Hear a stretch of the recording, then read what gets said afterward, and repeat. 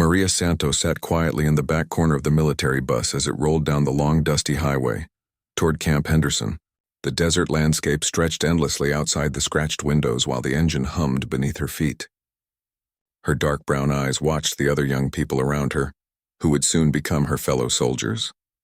Some looked excited. Others appeared terrified. A few stared at their phones trying to send last messages to family and friends before entering their new military life. At 22 years old, Maria had thick black hair that she kept pulled back in a simple ponytail. Her hands were small but strong from years of hard work at her family restaurant in San Antonio, Texas. She wore simple blue jeans and a white cotton shirt that her mother had ironed perfectly before packing it in her duffel bag. Everything she owned for the next several months was packed in that green canvas bag, sitting on her lap. The decision to join the United States Army had not been easy for Maria. Her entire family had fought against it for months. Her father, Miguel Santos, believed that women should stay close to home and help with the family business. He owned a small Mexican restaurant called Santos Kitchen, where Maria had worked since she turned 15 years old. The restaurant served the best tacos and enchiladas in their neighborhood, and Maria knew every recipe by heart. Miguel was not a mean father, but he was traditional. He wanted his daughter to get married and have children like her older female cousins had done. When Maria first mentioned joining the military, he laughed and said it was just a phase. When she kept talking about it, he became worried.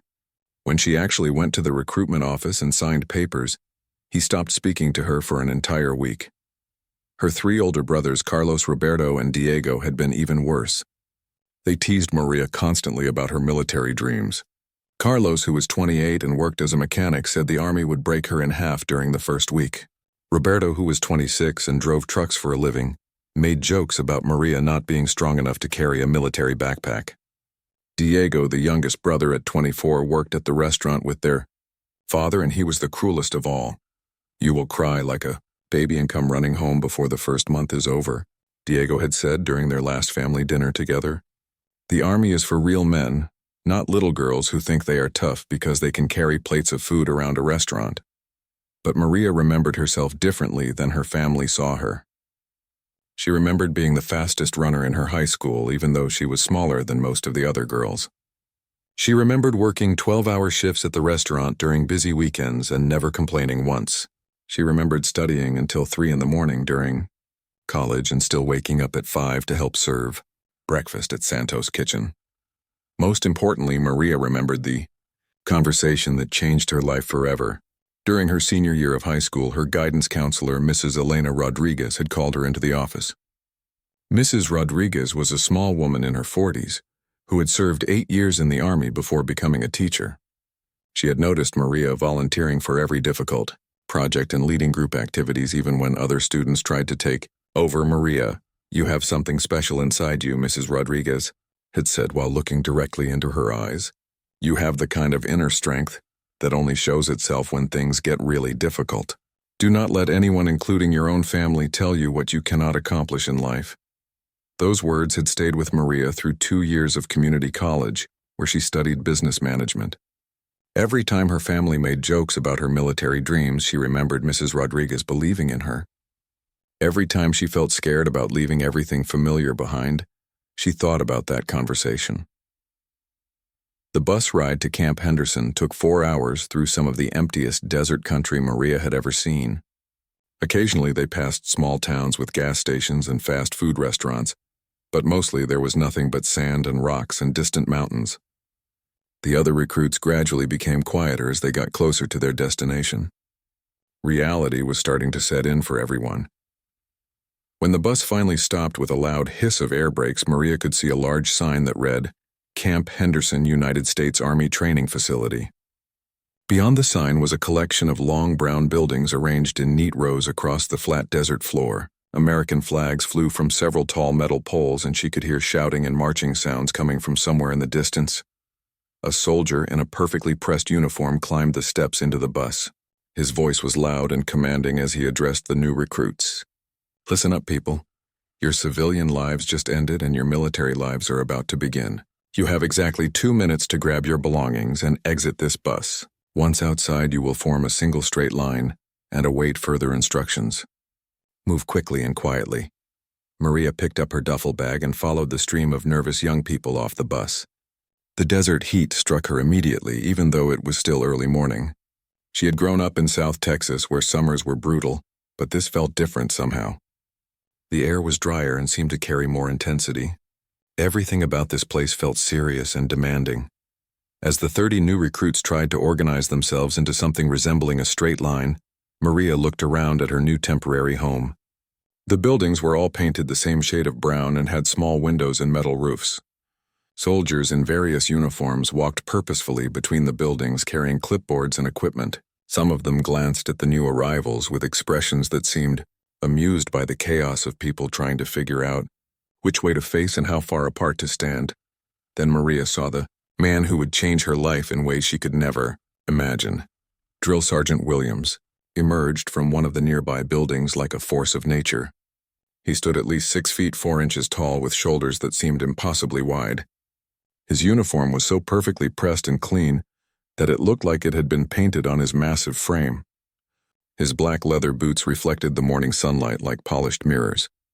But it was his pale gray eyes that made Maria feel suddenly cold despite the desert heat. Williams walked slowly along the uneven line of new recruits, studying each person with the intensity of a predator examining potential prey. When he stopped in front of a tall young man from somewhere in the Midwest, he stared at him without blinking for 30 full seconds. The recruit began sweating and shifting his weight nervously from foot to foot. When Williams finally moved on to the next person, Maria could see the visible relief wash over the young man's face. As the drill sergeant worked his way down the line toward her position, Maria tried to prepare herself mentally. She stood as straight and motionless as possible with her chin up and her eyes focused straight ahead. She had read books about military basic training and knew that drill sergeants were supposed to be intimidating and demanding. What she was not prepared for was the look of pure disgust that crossed Williams' face when he finally stopped. Directly in front of her, Williams looked Maria up and down like she was something offensive he had discovered stuck to the bottom of his boot. His cold gray eyes took in every detail of her appearance. Her small frame that barely reached his chest, her long black ponytail, her earnest expression of determination. Next to his massive, intimidating presence, Maria looked like a child playing dress-up in adult clothes. "Another princess who thinks the army is going to be like summer camp," Williams said in a voice just loud enough for everyone nearby to hear clearly. He shook his head with obvious disappointment and moved on to continue his inspection. But not before Maria caught something in his expression that sent a chill down her spine. It was not just the normal harsh attitude she expected from a drill sergeant. There was something more personal and cruel lurking behind those pale eyes. All Maria knew in that moment was that Drill Sergeant Williams had just marked her as his target, and her real test was about to begin. 3 weeks had passed since Maria Santos first set foot on the dusty grounds of Camp Henderson, and each day had brought new levels of harassment from Drill Sergeant Williams. What had started as unusually harsh treatment during her first week had grown into something that felt deeply personal and deliberately cruel. Williams seemed to wake up each morning with the sole purpose of making Maria's life as miserable as possible. The torture began every single day at exactly 4:30 in the morning, when the harsh sound of metal whistles pierced through the darkness of the barracks. While the other 30 recruits stumbled out of their narrow military bunks, rubbing sleep from their eyes, Maria had learned to be ready for immediate inspection. She would be fully dressed with her boots laced tight and her bunk made to perfection, while others were still trying to find their socks. But perfect preparation never mattered when it came to Williams. He would walk slowly down the row of bunks, examining each recruit's sleeping area with the intensity of a detective looking for evidence. The other soldiers would pass his inspection with minor corrections or simple nods. "Start over. Do it right this time, or you will be doing it until lunchtime." Maria would quietly strip her bunk and remake it with the same precision she had used the first time. Williams would watch her work with his arms crossed and that familiar expression of disappointment painted across his weathered face. When she finished, he would find some microscopic flaw like a wrinkle in the corner or a blanket edge that was not perfectly straight. The process would repeat 2 or 3 times before Williams finally moved on to terrorize someone else. Breakfast in the mess hall became another daily nightmare for Maria. The large dining room filled with the sounds of metal trays clattering and hundreds of young voices talking quietly over their meals. Most recruits could eat their scrambled eggs and toast in relative peace while discussing the training ahead. But Maria learned to eat as quickly as possible while constantly watching for Williams to appear. The drill sergeant would patrol the dining room like a shark circling wounded prey. He would walk past most tables without stopping, but he always found his way to wherever Maria was sitting. Sometimes he would stand directly behind her chair and make loud comments about her eating habits to anyone within hearing distance. "Look at Santos over there eating like she is at some fancy restaurant," Williams would say with mock concern in his voice. "This is the Army princess, not your mommy's kitchen. Eat that food like you mean it, or maybe you are too delicate for military meals." On particularly bad mornings, Williams would accidentally knock Maria's food tray off the table while pretending to examine something else nearby. Her breakfast would scatter across the dirty floor in a mess of eggs and orange juice and bread. Williams would look down at the disaster with fake surprise and order Maria to clean it up immediately while everyone else finished their meals. The physical training sessions were where Williams truly revealed his cruel nature. Every morning after breakfast, the entire group would run 5 miles through the desert surrounding Camp Henderson. The route took them past rocky hills and through sandy washes where the temperature climbed quickly, even in the early hours. Maria was actually one of the stronger runners in the group and could easily keep pace with most of the male recruits, but Williams never allowed Maria to simply complete the run with everyone else. When the group finished their 5 miles and began walking back toward the base, Williams would point at Maria and shake his head with theatrical disappointment. "Santos, you looked like you were taking a pleasant stroll through the park instead of training to be a soldier. Give me 3 extra miles right now and this time run like you actually want to be here." Maria would watch her fellow recruits walk away toward breakfast or rest time while she turned around to run the entire route again by herself. Williams would sometimes follow her in a military jeep, driving slowly alongside while shouting additional insults and instructions. The desert sun would climb higher in the sky and the temperature would rise toward the dangerous levels that made training difficult. Even for experienced soldiers, push-ups, sit-ups, pull-ups, and other strength exercises were part of their daily routine immediately after the morning runs. Most of the recruits struggled with the demanding physical requirements, but Maria had spent months preparing for basic training. She could complete the required number of exercises with good form and reasonable speed. Her performance should have earned her at least neutral treatment from Williams, but instead it seemed to make him even more determined to break her spirit. When Maria finished her push-ups perfectly, Williams would claim her form was sloppy and make her start over from the beginning. When she completed sit-ups faster than the required time, Williams would say she was rushing through them without proper technique. When she managed pull-ups that impressed even some of the male recruits, Williams would find fault with her grip or her breathing or the speed of her movements. The obstacle course became the setting for Williams' most vicious attacks on Maria's confidence and determination. The course consisted of 12 different challenges designed to test every aspect of physical and mental toughness. There were rope climbs that required upper body strength most women struggled to develop. There were wall scaling exercises that demanded technique and courage. There was a mud crawling section under barbed wire that tested endurance and mental toughness. Maria actually performed well on most sections of the obstacle course. Her small size gave her advantages in some areas, and her determination helped her push through the more difficult challenges. But Williams positioned himself at every single station she approached and turned each obstacle into a psychological battlefield. "Move faster, Santos," he would bellow, as she crawled through the muddy section trying to keep the barbed wire from tearing her uniform. "A wounded turtle could crawl quicker than what you are showing me right now. Put some effort into it or pack your bags and go home to mommy." When Maria reached the rope climbing section, Williams would stand directly beneath her, continuing his verbal assault, while she struggled to pull herself upward hand over hand. "What are you doing up there, princess? Having a tea party with your imaginary friends? Climb like your life depends on it, because someday it might." His voice was so loud and aggressive that other recruits would stop their own training to watch the daily torture session. Some looked uncomfortable with how harsh Williams was being toward Maria, but none of them dared to say anything that might turn his attention toward them instead. One afternoon in late September, the desert temperature climbed past 105 degrees, making the obstacle course almost unbearable even for the toughest recruits.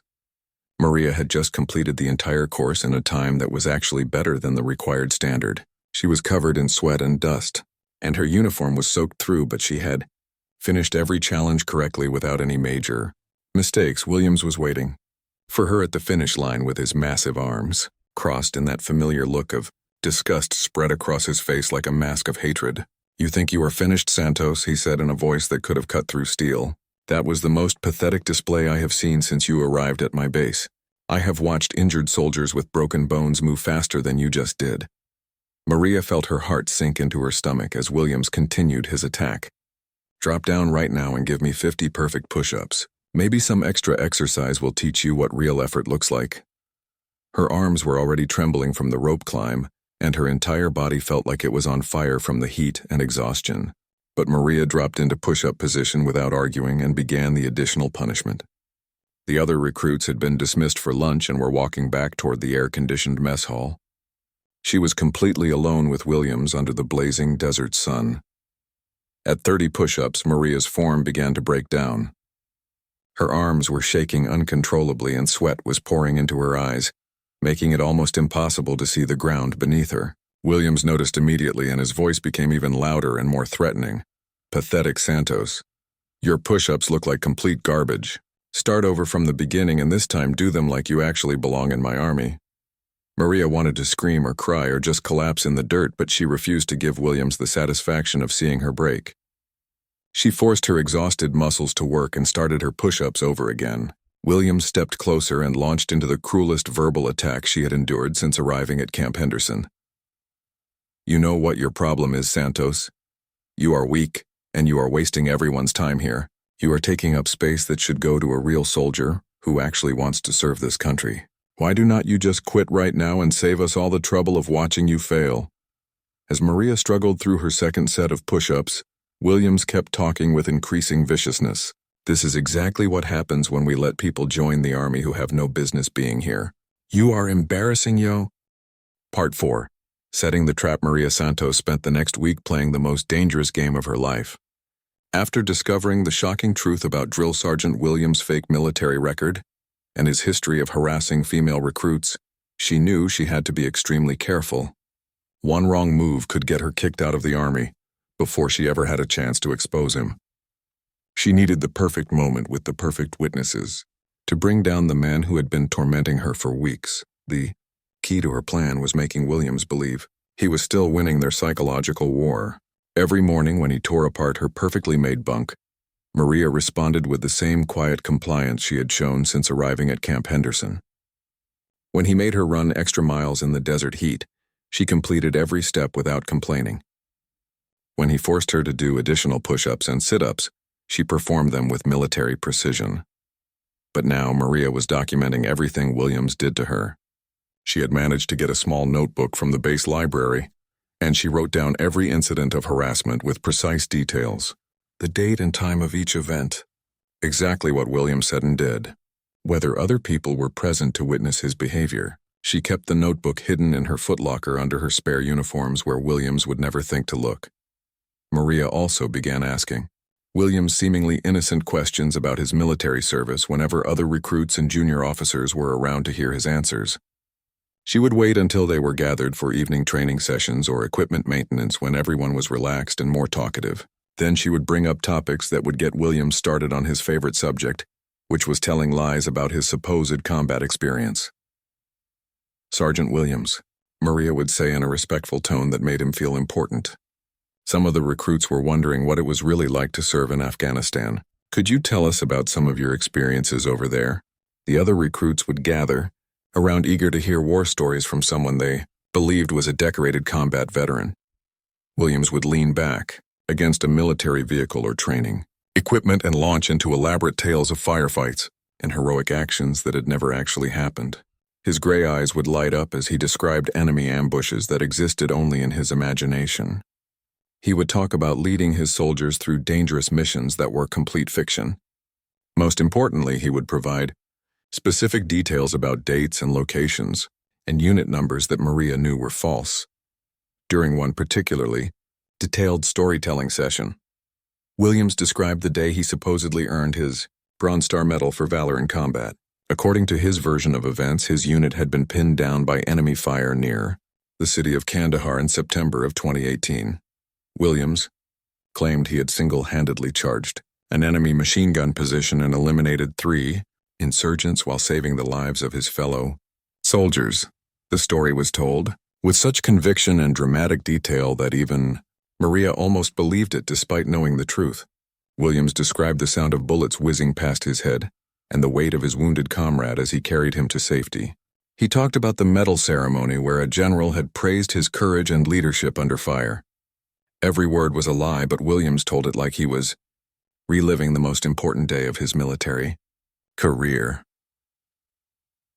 Maria sat quietly in the back of the group, taking notes on her phone under the pretense of recording important military lessons for future reference. What she was actually doing was gathering evidence that would destroy Williams' credibility when the time came. Each fabricated story was another piece of ammunition she could use against him.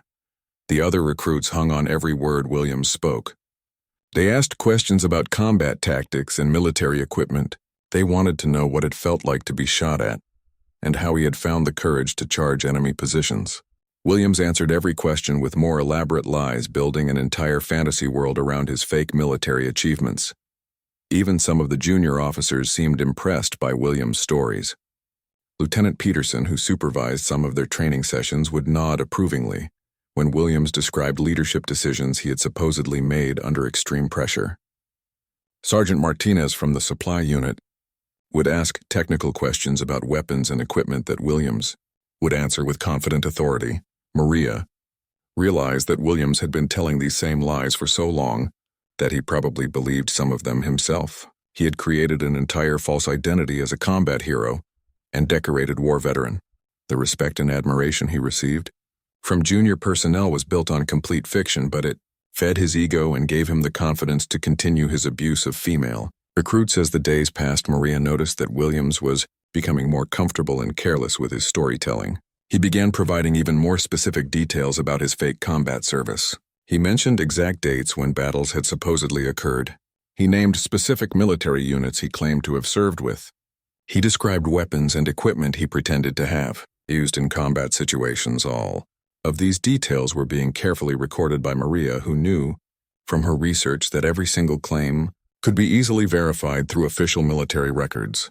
Williams was essentially building the case against himself every time he opened his mouth to brag about accomplishments that existed only in his imagination.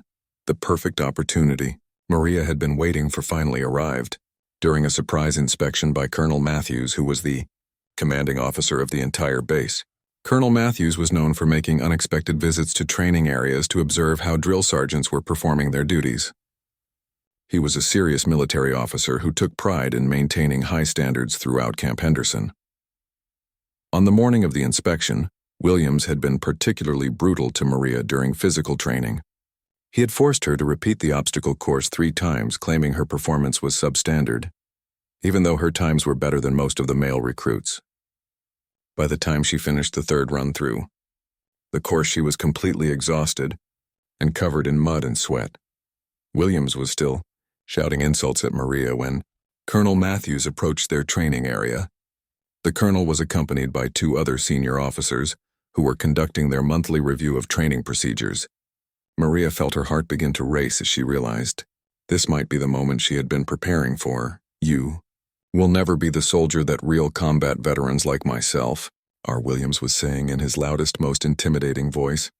"You do not have what it takes to serve in the real army where lives depend on everyone doing their job correctly." Colonel Matthews walked closer to hear what Williams was saying. Maria could see the colonel taking note of how Williams was singling her out for harsh treatment, while the other recruits stood at attention nearby. This was exactly the kind of situation she needed for her plan to work perfectly. Maria took a deep breath and prepared to spring the trap she had been setting for weeks. Everything she had learned about Williams' fake military record was about to be put to use. The moment of truth had finally arrived, and she was ready to turn the tables on the man who had tried to destroy her military dreams. Maria Santos spent the next week playing the most dangerous game of her life. After discovering the shocking truth about Drill Sergeant Williams' fake military record and his history of harassing female recruits, She knew she had to be extremely careful. One wrong move could get her kicked out of the army before she ever had a chance to expose him. She needed the perfect moment with the perfect witnesses to bring down the man who had been tormenting her for weeks. The key to her plan was making Williams believe he was still winning their psychological war. Every morning when he tore apart her perfectly made bunk, Maria responded with the same quiet compliance she had shown since arriving at Camp Henderson. When he made her run extra miles in the desert heat, she completed every step without complaining. When he forced her to do additional push-ups and sit-ups, she performed them with military precision. But now Maria was documenting everything Williams did to her. She had managed to get a small notebook from the base library, and she wrote down every incident of harassment with precise details.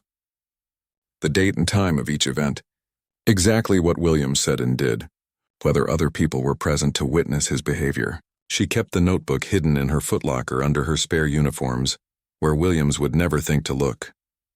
Maria also began asking Williams seemingly innocent questions about his military service whenever other recruits and junior officers were around to hear his answers. She would wait until they were gathered for evening training sessions or equipment maintenance, when everyone was relaxed and more talkative. Then she would bring up topics that would get Williams started on his favorite subject, which was telling lies about his supposed combat experience. "Sergeant Williams," Maria would say in a respectful tone that made him feel important. Some of the recruits were wondering what it was really like to serve in Afghanistan.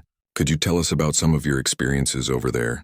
The other recruits would gather around, eager to hear war stories from someone they believed was a decorated combat veteran.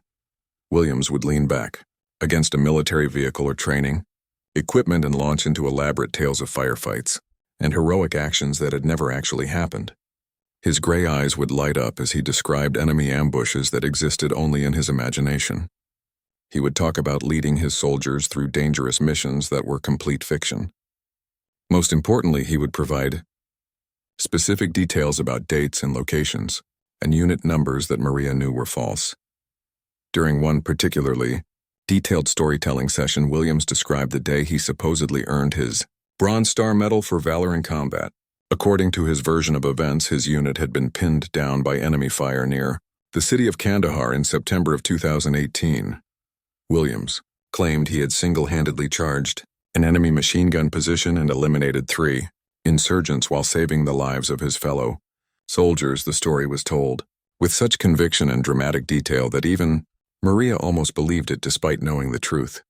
Williams described the sound of bullets whizzing past his head and the weight of his wounded comrade as he carried him to safety.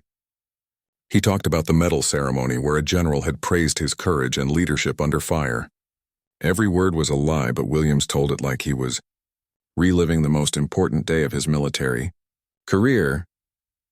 Maria sat quietly in the back of the group, taking notes on her phone under the pretense of recording important military lessons for future reference. What she was actually doing was gathering evidence that would destroy Williams' credibility when the time came. Each fabricated story was another piece of ammunition she could use against him. The other recruits hung on every word Williams spoke. They asked questions about combat tactics and military equipment.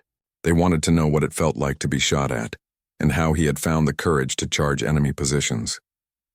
Williams answered every question with more elaborate lies, building an entire fantasy world around his fake military achievements. Even some of the junior officers seemed impressed by Williams' stories.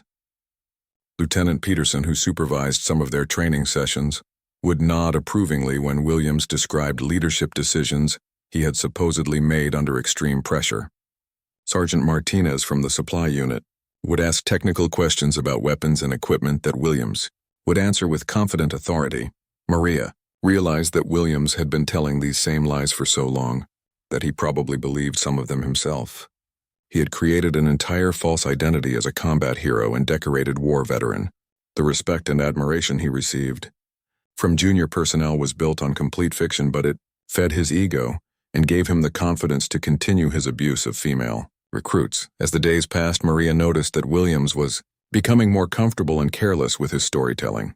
He began providing even more specific details about his fake combat service. He mentioned exact dates when battles had supposedly occurred. He named specific military units he claimed to have served with.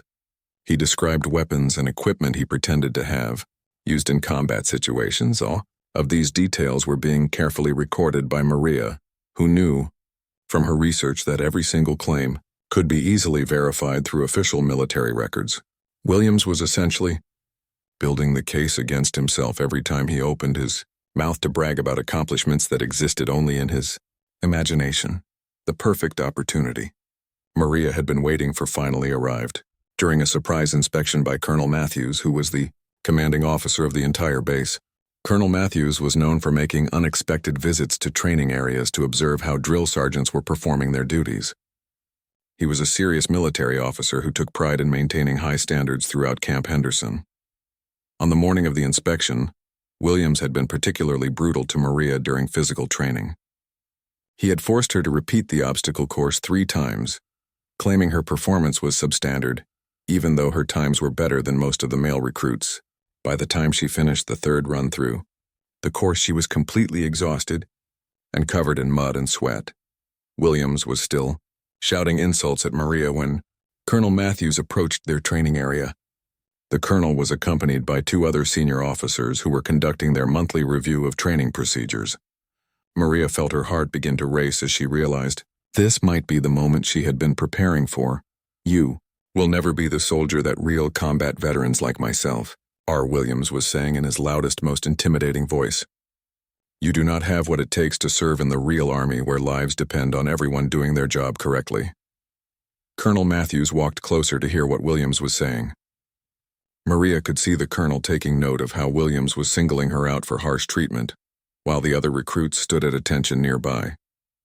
This was exactly the kind of situation she needed for her plan to work perfectly. Maria took a deep breath and prepared to spring the trap she had been setting for weeks. Everything she had learned about Williams' fake military record was about to be put to use. The moment of truth had finally arrived, and she was ready to turn the tables on the man who had tried to destroy her military dreams. Colonel Matthews walked across the training area with his 2 senior officers following closely behind him. The surprise inspection had caught everyone off guard, including Drill Sergeant Williams, who was still in the middle of his latest verbal attack on Maria Santos. The colonel's sharp eyes immediately noticed the scene unfolding before him. One exhausted recruit covered in mud and sweat standing at attention, while a drill sergeant towered over her shouting about combat experience and military standards. Williams suddenly realized he had an audience of senior officers, and his demeanor changed instantly. He straightened his uniform and tried to look professional, but the damage was already done. Colonel Matthews had heard enough of the conversation to understand that Williams was using his supposed combat record to intimidate and belittle the young female recruit standing before him.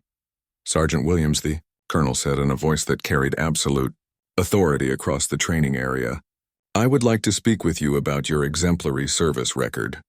I am particularly interested in hearing about your Bronze Star citation from Afghanistan, since you were just mentioning it to this recruit."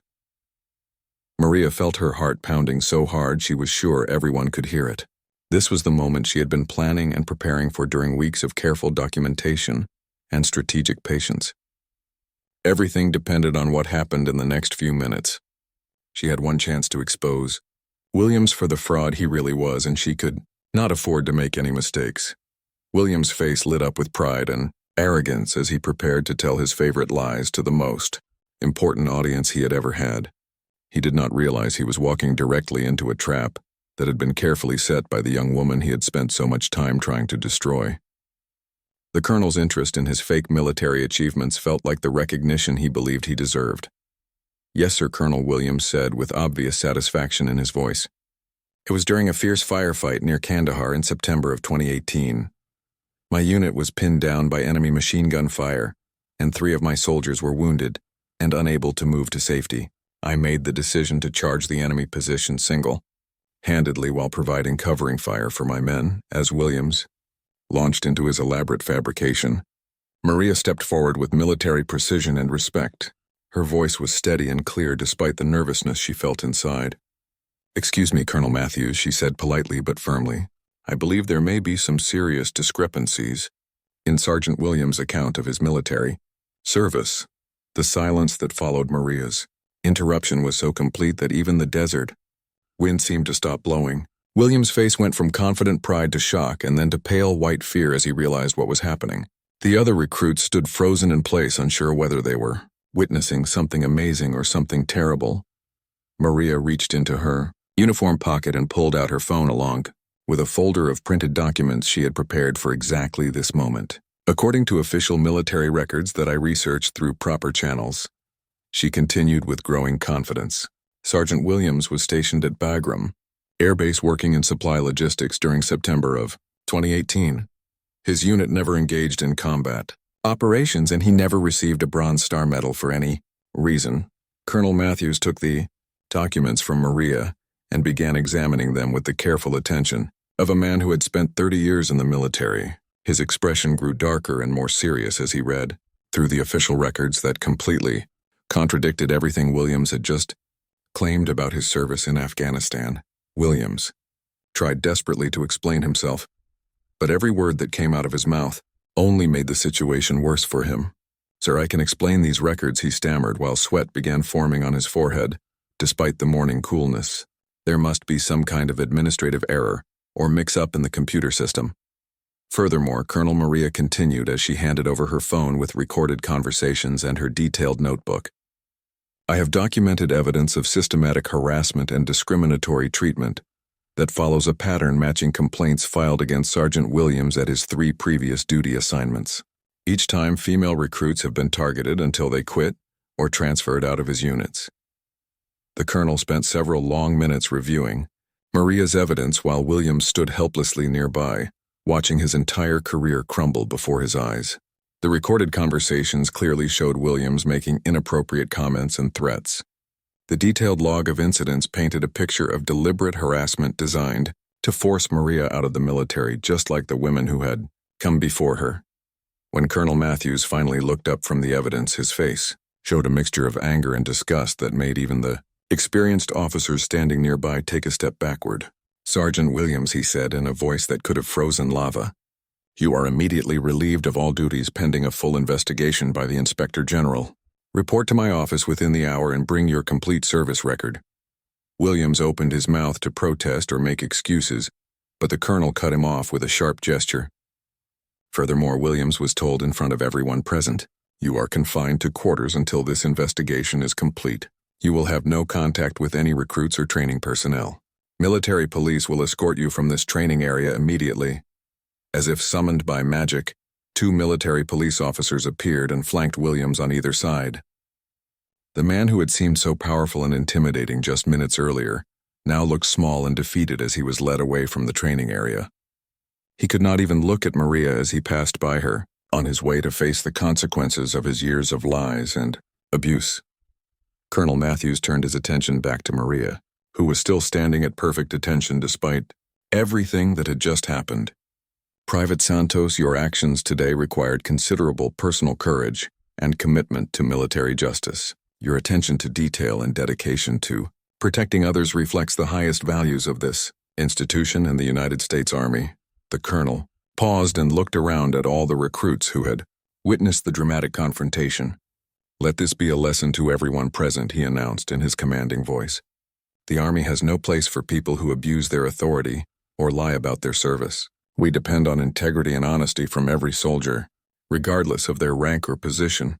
As the senior officers departed to continue their inspection, the other recruits slowly gathered around Maria with expressions of amazement and newfound respect. Many of them apologized for not standing up for her during the weeks of harassment.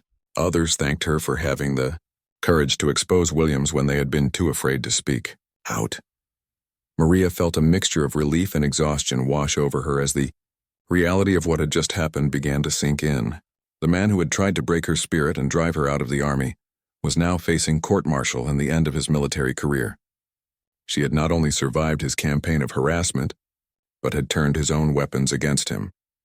3 weeks later, Maria learned that Williams had been found guilty of fraudulent enlistment, harassment, and conduct unbecoming a non-commissioned officer.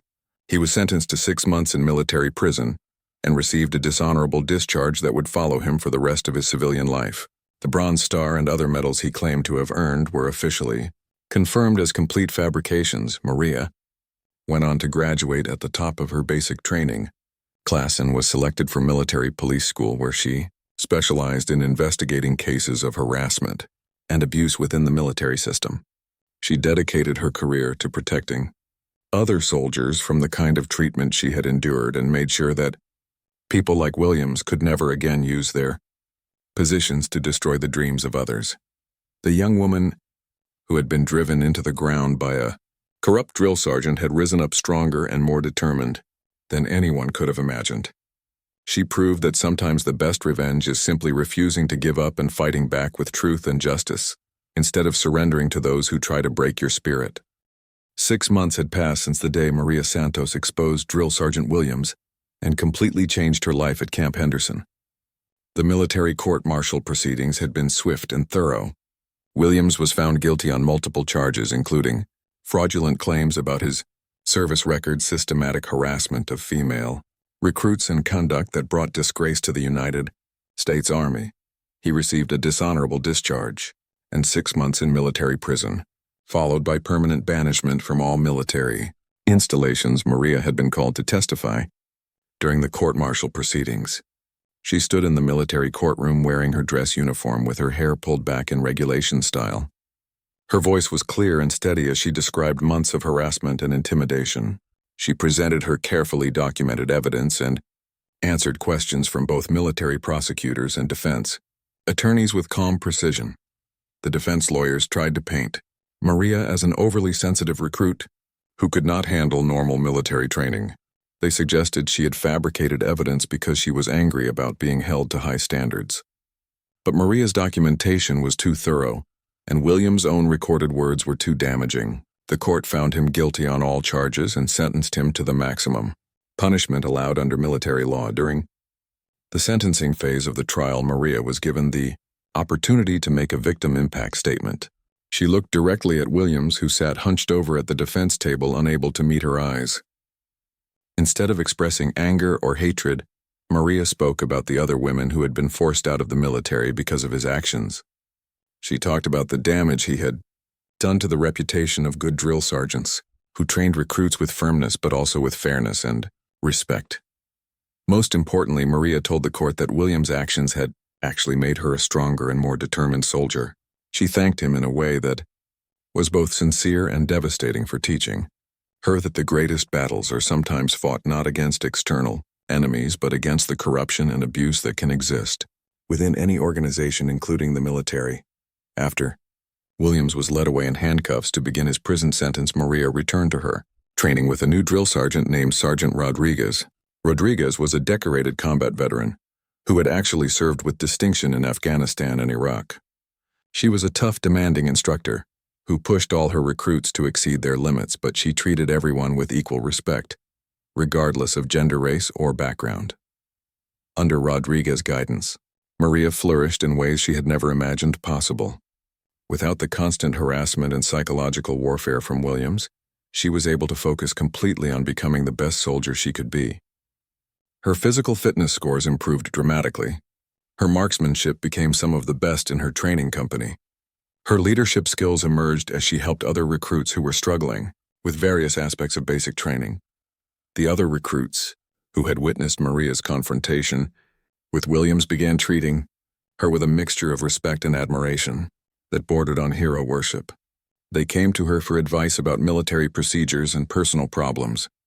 They looked to her as an example of how to handle adversity with grace and determination.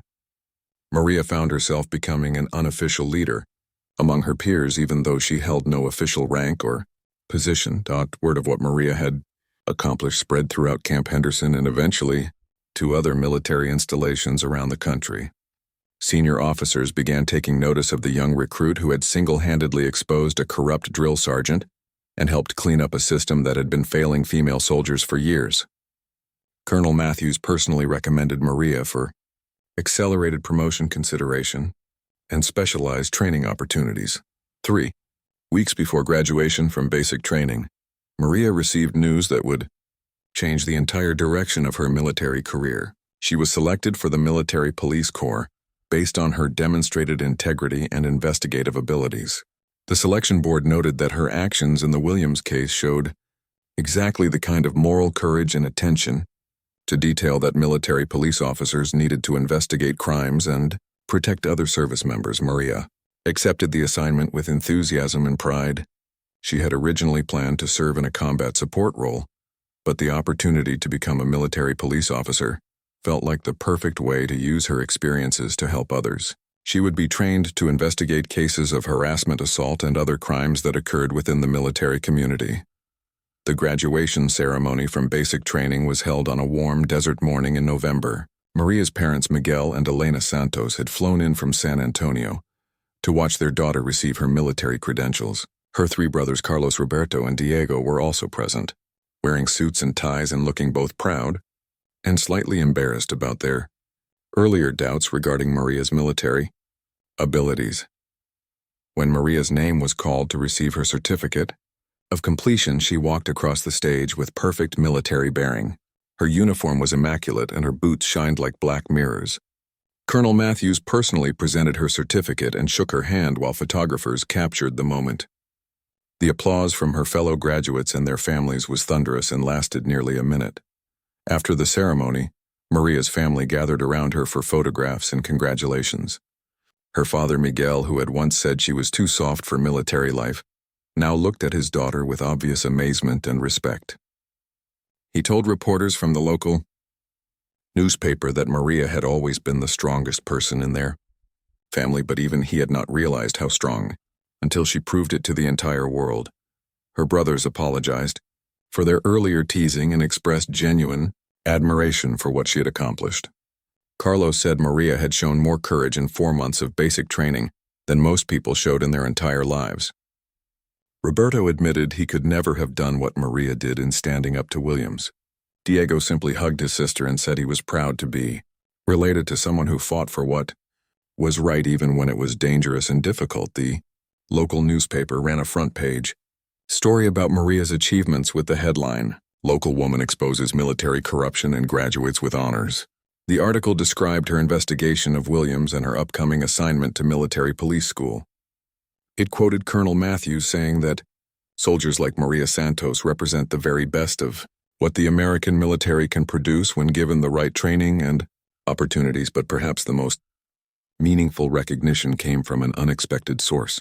Jennifer Martinez, the former recruit who had filed the first harassment complaint against Williams, contacted Maria through the military's victim advocacy program. Martinez had left the Army feeling defeated and ashamed after her complaint was dismissed and Williams escaped. Consequences. In a long letter, Martinez thanked Maria for having the courage to do what she had been unable to accomplish. She explained that leaving the military had been the most difficult decision of her life, but she had felt like she had no choice after the system failed to protect her from Williams' abuse. Knowing that Williams could never again destroy another woman's military dreams gave Martinez a sense of peace and closure she had not felt in years. Maria wrote back to Martinez, encouraging her to consider returning to military service under different circumstances. She explained that the exposure of Williams had led to new training programs for drill sergeants and stronger protections for recruits who reported harassment or abuse. The military was working hard to ensure that what happened to both of them would never happen to future female soldiers. As Maria prepared to leave Camp Henderson for military police school, she took one last walk around the training areas where she had endured so much hardship and ultimately achieved so much growth. The obstacle course where Williams had tormented her now looked smaller and less intimidating. The barracks where she had documented his crimes in secret now felt like a place where justice had finally been served.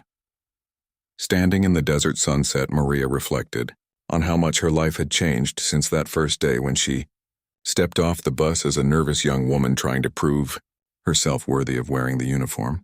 She was now a confident soldier with specialized training ahead of her and a mission to protect others who might face the same challenges she had overcome. Maria Santos had not just survived her ordeal with Williams, she had transformed it into strength, purpose, and a lifelong commitment to ensuring that the military remained a place where everyone could serve with dignity and respect regardless of their gender, background, or circumstances. The sergeant had indeed driven her into the ground, but she had risen from that ground stronger and more determined than ever before.